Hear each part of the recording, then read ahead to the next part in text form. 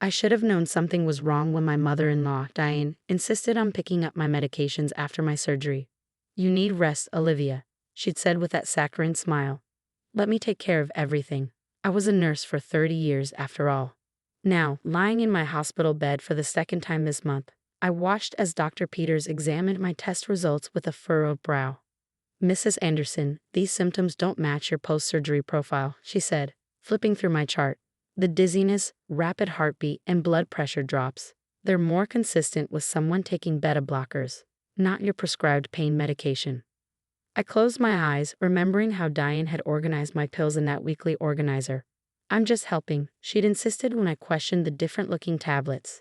These are better for you than those harsh drugs the young doctors prescribed. My husband Jake sat beside my bed, squeezing my hand. Mom's been managing your meds, he said defensively. She knows what she's doing. She was head nurse at Memorial for decades. Was she? I asked weakly, because I called Memorial last week. They'd never heard of her. Jake's face paled. That's impossible. Mom always said. Dr. Peters interrupted, holding up a pill bottle. This isn't your prescription, Mrs. Anderson. This medication could have killed you, especially mixed with your post-surgery meds. Where did you get these? My mother-in-law, I whispered. She's been picking up all my prescriptions from Maxwell Pharmacy. Dr. Peters pressed her lips together. I'm calling them now, and then I'm calling the police. Jake stood up abruptly. The police? This is ridiculous. Mom is trying to help. Help? I laughed bitterly. Jake, I've been getting sicker every day. Your mother isn't even a real nurse. You don't know that, he protested, but I could see doubt creeping into his eyes. Dr. Peters returned, her face grim. The pharmacy has video footage of someone switching Mrs. Anderson's prescriptions at the counter. They're sending it over now. And Mrs. Anderson, your mother-in-law has been filling prescriptions under 3 different names. My room phone rang. It was Julia from Maxwell Pharmacy, her voice tense. Olivia? I'm so sorry. We just reviewed the footage. Your mother-in-law didn't just switch your medications. She's been doing this to other patients. We've contacted the medical board. I looked at Jake, who had sunk back into his chair, his face ashen. I don't understand, he mumbled. Mom said she was helping. She always says she's helping. She helped my first wife too, didn't she? I asked quietly. The question I'd been afraid to voice since finding old newspaper clippings in Diane's basement.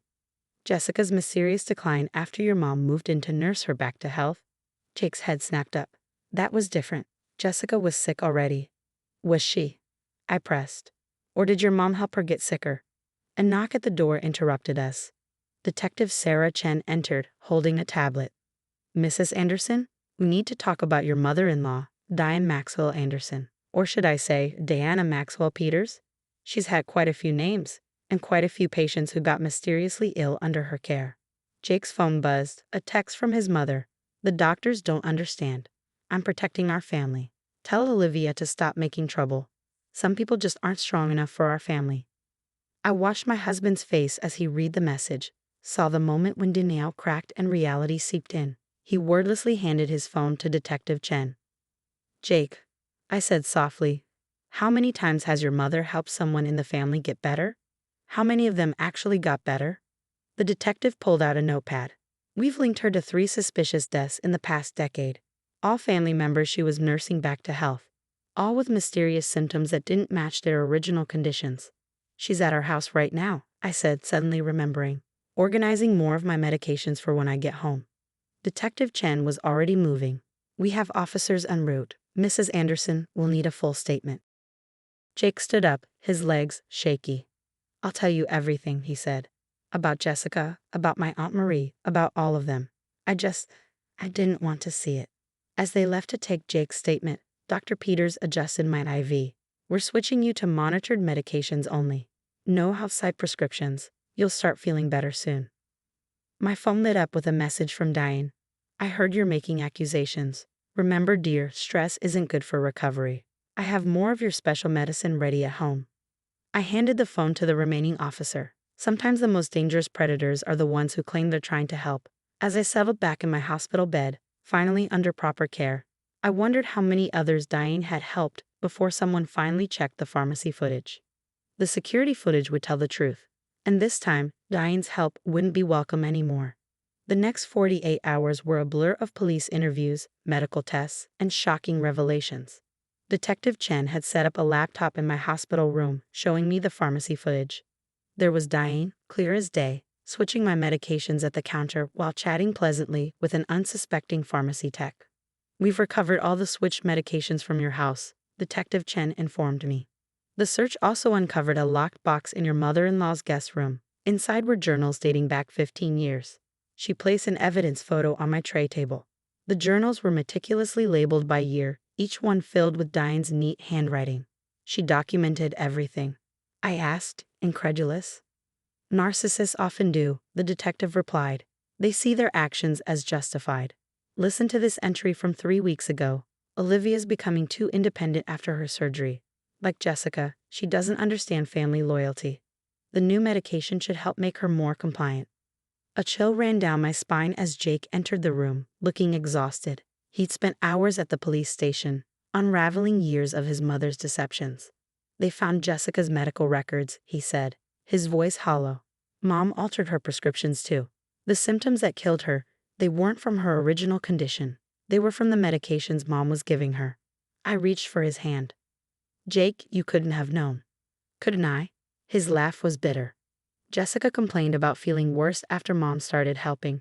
I told her to be grateful for Mom's experience. When she died, Mom said some people just weren't strong enough for our family. She said that about everyone she's helped." Detective Chen's phone buzzed. Her expression turned serious as she read the message. "We've just received information about your mother's current location, Mr. Anderson. She's at Sacred Heart Hospital, attempting to visit a patient, your cousin Amy." "Amy just had twins," Jake said, going pale. "Mom offered to help with her postpartum care." The detective was already moving. "We have officers there. She won't get near your cousin." Hours later, we watched the news footage. Diane being led out of Sacred Heart in handcuffs, still wearing her fake nurse's ID. She'd been caught trying to access the hospital's pharmacy using credentials stolen from a real nurse named Diana Peters, the woman whose identity she'd been partially stealing. The headlines were sensational. "Angel of Death Grandmother Arrested," and "Family Nurse's Deadly Care Exposed." My phone had been flooding with messages from Diane's other victims' families. Each story was similar. A family member needs medical care. Diane offers to help. The patient gets mysteriously worse. "Mrs. Anderson." A nurse entered with my evening medication. "These have been verified by 3 staff members and me. You should start feeling more like yourself soon." As if on cue, Jake's phone rang, his sister Catherine. He put it on speaker. "Have you seen the news?" she asked, her voice shaking. "Mom was at Sacred Heart. She was going after Amy, just like she went after my Marcus." Marcus, Jake's nephew who died 2 years ago after a simple sports injury turned mysteriously complicated under Diane's care. "Kate," Jake said softly, "I'm so sorry. I should have listened when you said something was wrong with Marcus's recovery." "We all should have listened," Catherine replied. "Mom had us so convinced she knew best. Did you know she never even finished nursing school? The police found her old records. She dropped out after 1 semester." A knock at the door interrupted us. Dr. Peters with my latest test results. "Good news," she said. "Your system is clearing the incorrect medications. No permanent damage." Unlike her other victims, Detective Chen added, entering behind the doctor.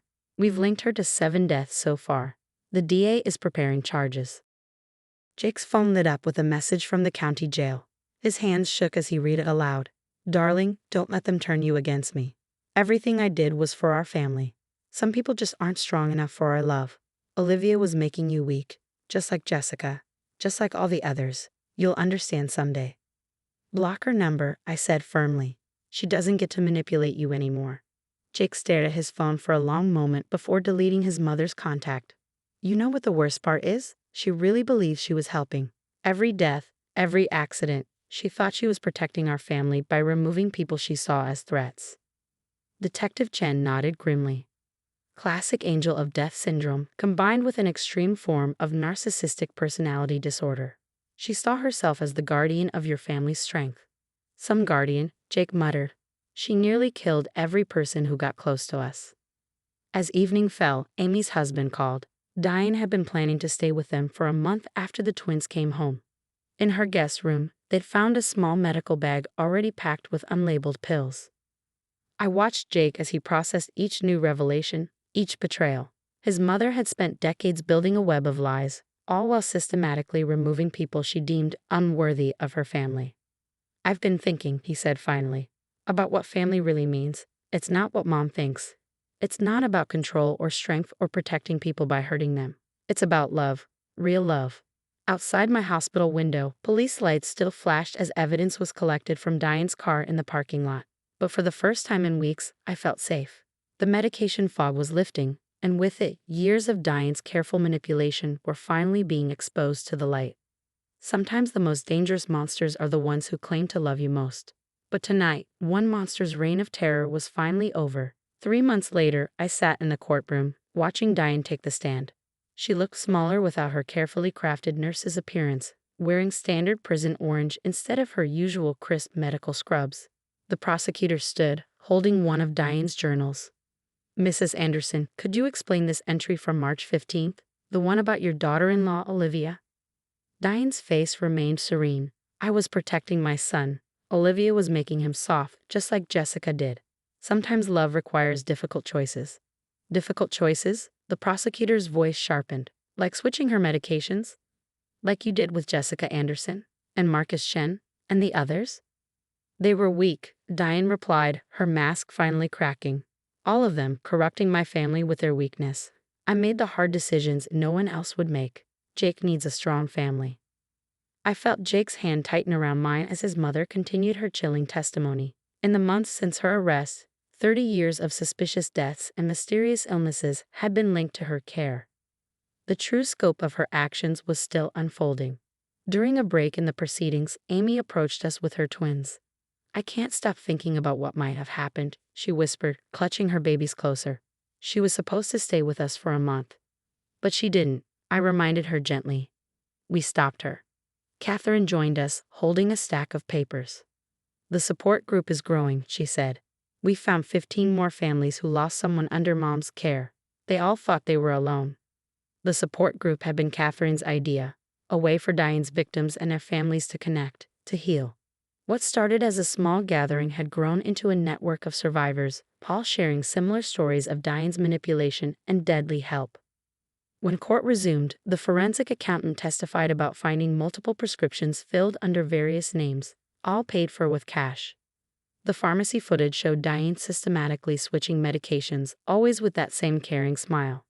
She told everyone she was a nurse at Memorial Hospital, Detective Chen testified. In reality, she was banned from their premises in 1990 after a suspicious incident with a patient. She's never held a valid nursing license. Finally, it was Jake's turn to testify.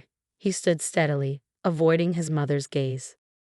"Looking back," he said, his voice clear, "there were so many signs. Jessica complained about feeling worse after Mom started managing her medications. Marcus's simple injury suddenly became life-threatening under her care. Every time someone in the family needed medical help, Mom would step in, and they'd get worse instead of better." "And what did your mother say about these incidents?" the prosecutor asked. "She always said the same thing. Some people aren't strong enough for our family." I thought she meant they were naturally weak. Now I know she was making them weak, making them sick, killing them. Diane's composure cracked. "I did it for you, Jake. Everything was for you. They were making you weak." The judge called for order as Diane was led away, still shouting about family and strength and love. During the final arguments, the prosecutor displayed photos of all known victims. Jessica's bright smile, Marcus's football photo, and dozens more, lives cut short by a woman who claimed to be helping. The verdict took only 3 hours, guilty on all counts. Multiple life sentences, no possibility of parole. As Diane was led away, she turned to Jake one last time. "You'll understand someday. A mother's love has to be strong enough to make hard choices." Jake stood, addressing his mother for the last time. "No, Mom. Real love doesn't hurt people. Real love doesn't kill. What you did wasn't love. It was control. And you'll never control our family again." Outside the courthouse, surrounded by survivors and their families, Catherine announced the formation of a foundation in memory of the victims. "The Strong Hearts Foundation will help families affected by medical abuse," she explained. "Because real strength isn't about hurting people, it's about helping them heal." Amy's twins slept peacefully in their stroller, unaware that their grandmother would spend the rest of her life in prison. They would grow up knowing only love, not control disguised as care. Later that night, Jake and I sat in our backyard, looking at stars. My health had fully recovered once I started receiving the correct medications. The fog of Diane's treatment had lifted, leaving clarity in its wake. You know what Mom never understood? Jake said quietly. Real family makes you stronger by supporting you, not by hurting people they claim are weak. My phone buzzed with a message from Catherine. Another family had come forward, another victim identified. The investigation would continue, but Diane's days of helping were over. I looked at our garden, where I'd recently planted new flowers. Unlike the ones Diane had planted, all highly toxic varieties, we discovered. These were safe, beautiful blooms meant for healing. Sometimes, I said, watching a firefly dance among the flowers, the strongest thing you can do is admit someone you loved was wrong, and then make sure they can never hurt anyone again. Jake nodded, his eyes on the stars. His mother's reign of terror was over, but the healing was just beginning. For every life she damaged in the name of love, we would build something stronger, something real. Because real family doesn't make you prove your strength through suffering. Real family helps you grow, heal, and thrive. And that's exactly what we intended to do.